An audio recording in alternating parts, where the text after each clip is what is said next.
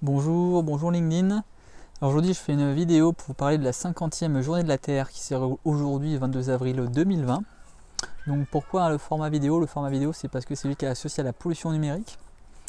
Et à ce titre j'ai réalisé hier une petite interview sur justement pour parler de la RSE, la responsabilité sociale des entreprises sur la plateforme Instagram sur l'invitation de Mimo. Donc à ce titre je voudrais remercier Romain et Anthony avec qui on a eu un superbe échange hier pour parler de transition écologique notamment.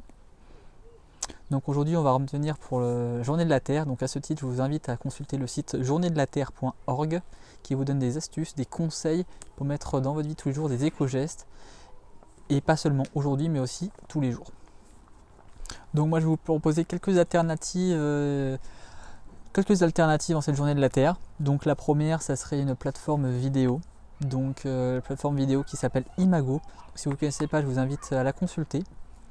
Donc la plateforme Imago, vous pouvez dessus consulter aussi bien des podcasts que des interviews, des présentations et même des films et des séries et des documentaires. Donc c'est une super plateforme, si vous ne connaissez pas, je vous invite vraiment à la consulter.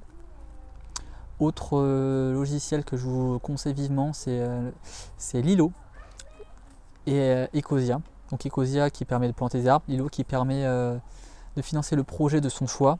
Donc pourquoi je vous propose ces plateformes? C'est parce que ces plateformes, trafic internet représente 95% est représenté par Google. Donc aujourd'hui je vous propose des alternatives écologiques. Donc Lilo et Ecosia.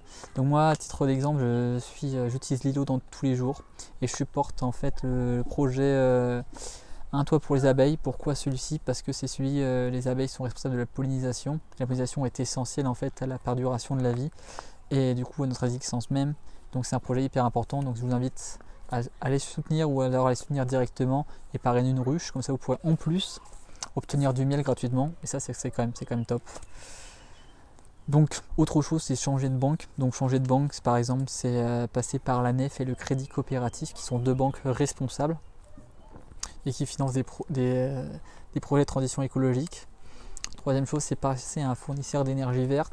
À ce titre, je vous conseillerais d'aller chez EcoCity qui à la fois est un fournisseur vert et qui permet à hauteur de 10% de financer en fait des associations et des entreprises de la transition écologique. Donc c'est à double objectif. Une fois vous bénéficiez d'énergie verte et en même temps vous financez un projet de la transition écologique. Donc si vous voulez plus d'informations sur tout ce que je viens de dire, je vous invite à consulter mon article qui s'appelle Comment réduire son empreinte écologique numérique qui est disponible à la fois sur LinkedIn et avec en version plus complète sur mon site.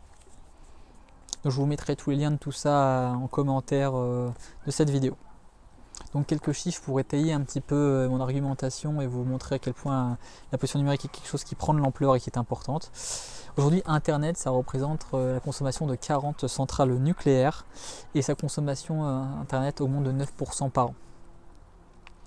Par exemple, autre exemple, ce sont les vidéos.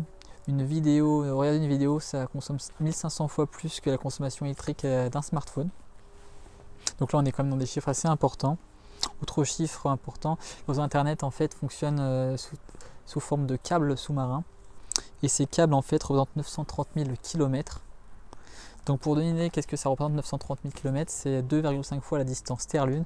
Donc à chaque fois que vous faites une recherche sur Google, vous faites un aller-retour sur la Lune et en plus vous repartez vers la Lune. Ce qui est assez énorme. Autre chiffre, plutôt sur le réseau social Twitter.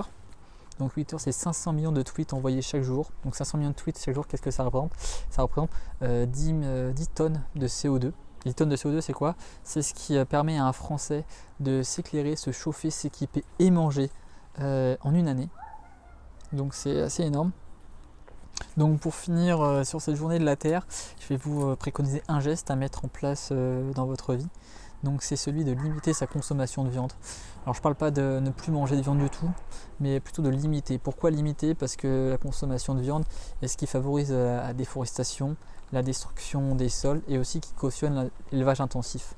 Donc comment faire? Moi je vous propose, si vous voulez toujours manger de la viande, c'est d'en manger plutôt de la viande de qualité. Donc pour comment on mange la viande de qualité? On mange de la viande de qualité en consommant bio et local.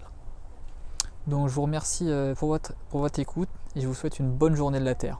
À bientôt.